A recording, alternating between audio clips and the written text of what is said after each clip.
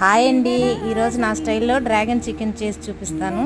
ముందుగా చికెన్ తీసుకొని boneless chicken బాగా నీట్గా పొడవుగా కట్ చేసుకొని అందులో ఒక హాఫ్ స్పూన్ ఉప్పు, ఒక స్పూన్ కారం వేసుకొని కొంచెం పసుపు వేసుకొని బాగా కలుపుకోవాలి. ఆయిల్ వేసుకొని కొంచెం అల్లం వెల్లుల్లి పేస్ట్ వేసుకొని కలిపి పెట్టుకొని ఒక 1 అవర్ ఫ్రిడ్జ్లో పెట్టుకున్నామంటే బాగా మ్యాగ్నేట్ అవుతుంది.